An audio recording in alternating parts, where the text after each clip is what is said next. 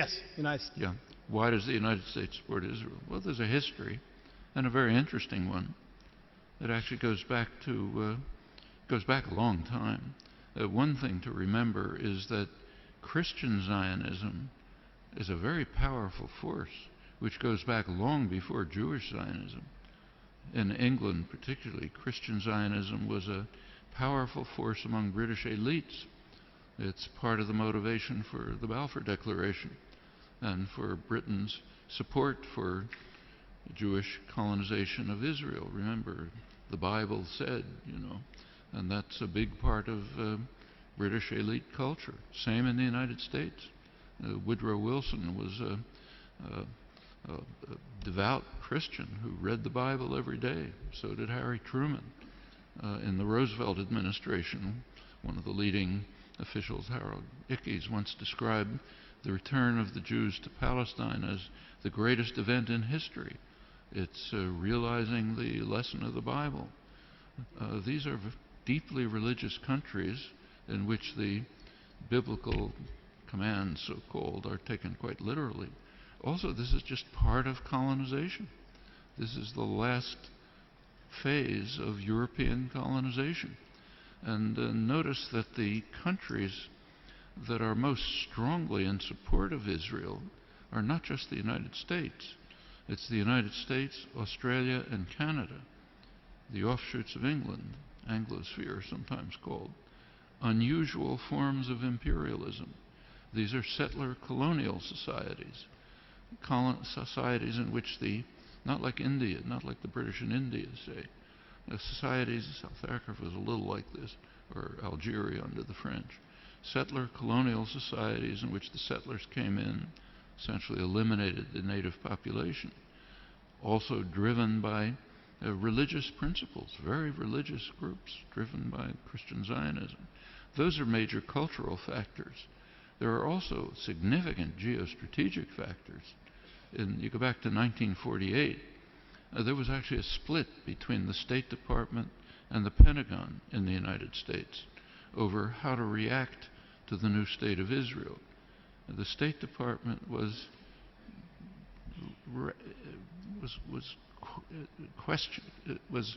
not committed strongly to Israeli conquests, the establishment of the state, and was concerned about the refugees. It wanted an implementation of the refugee problem. The Pentagon, on the other hand, was very impressed with Israel's military potential. The Israeli military successes, if you look back at the internal record and declassified, the Joint Chiefs of Staff described Israel as the second largest military force in the region after Turkey and a potential base for U.S. power in the region. That continued. Can't run through the whole record, but in 1958, when there was a serious crisis in the region, Israel was the only state that strongly cooperated with Britain and the United States, and it won plenty of support from the governments and the military for that reason. 1967 is when the current relations with Israel were pretty much established. Israel performed a major service to the United States by destroying a secular Arab nationalism, a major enemy of the United States, and supporting radical Islam, which the U.S. supported. And it continues right until the present. Right now, we saw an example of that just during the latest Gaza attack.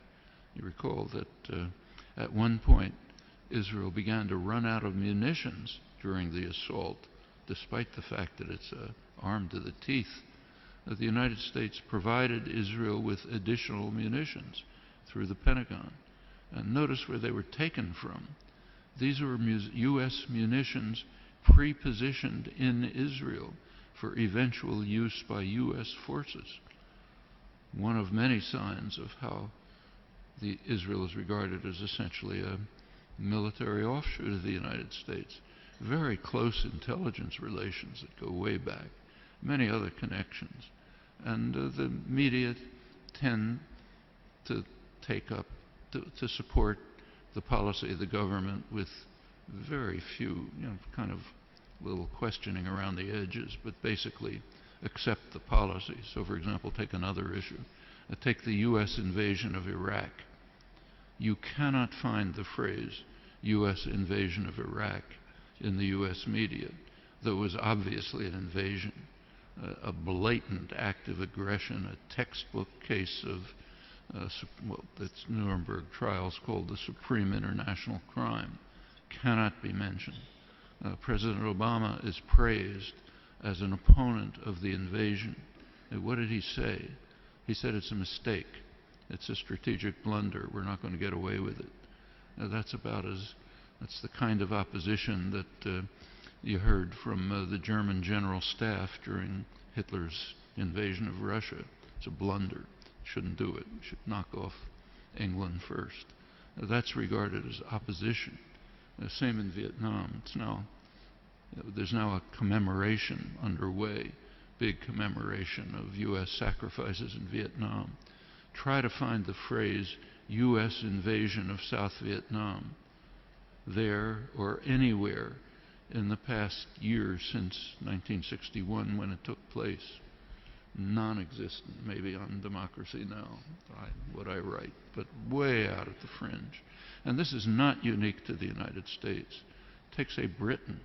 Right now there's interesting debates in the British literary journals, like the Times Literary Supplement, as to whether Britain should finally begin to recognize the genocidal, the word that's used, genocidal character of British colonization hundreds of years ago. Should Britain begin to face it? You can ask that question in many places. The tendency of the intellectual community to go along like a herd in support of state power, private power, is just overwhelming. Intellectuals like to think of themselves as dissident, critical, courageous, standing up against power. Absolutely untrue. You look at the historical record, that's a small fringe, and they're usually punished. The mainstream tends to be what was once called a herd of independent minds, marching in support of state power. Nothing new here. Unfortunate, you have to fight against it, not new.